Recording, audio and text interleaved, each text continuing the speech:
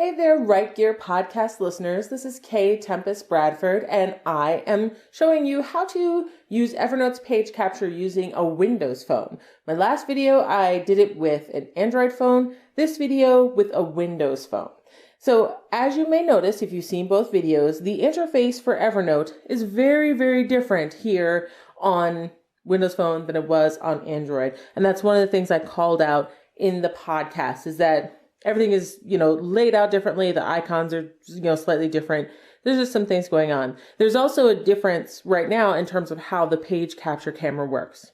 So basics, you want to do page capture, tap the camera button, and then you'll see a familiar page if you've seen the other video. But see here at the top, it says photo, and you just slide over, then it's document. And this changes a little bit. I'm going to do that again so you can see. This one is just seeing whatever's in the field of view of the camera. This one sort of, it does document size there. There's also the post-it note one, and that's square.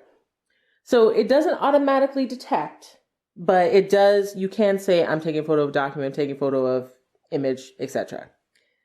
You can also tap the three dots down here to turn on the flash if you need it, and change from the back camera to the front camera. And right now the flash is on auto. And then I'm going to slide it over here to document again and tap.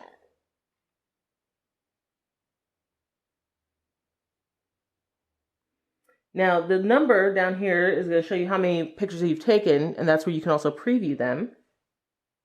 Now, the thing that it's done here that is different from what we saw on the Android is it hasn't cropped it exactly to the size where the actual text is, but it has made this sort of a grayscale picture so that that text is going to pop a little bit, but you may need to do some editing once you put it in the note. Okay. And we're going to do another document.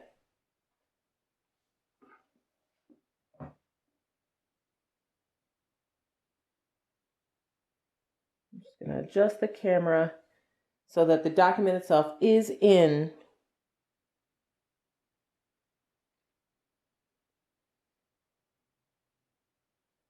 All right, and then again, there's two in there now. You can view the second one, just in case it's not what you want. And you'll notice there's like some weird shadowing here, and this is partially because the light is not coming evenly into my scanner box. All right, so now I've clicked the check button, and so now the note has these two images in it. Also note another difference. It doesn't load the images in line here on this note. Not the way it did when it was in Android. So that's another difference. And it's saved. So as you can see, like some pretty interesting differences between what's going on Windows Phone, what's going on Android, what you see inside of a note, what you don't. I know that this is not going to make a difference as to whether or not you decide to buy a Windows Phone or an Android phone, but just so you know, some of the things are not going to be working the way across all the platforms. And that is something to think about when you are deciding whether or not you want to go deep into Evernote. I'm Kay Tempest Bradford. This is Evernote on the Windows Phone, and I will see you guys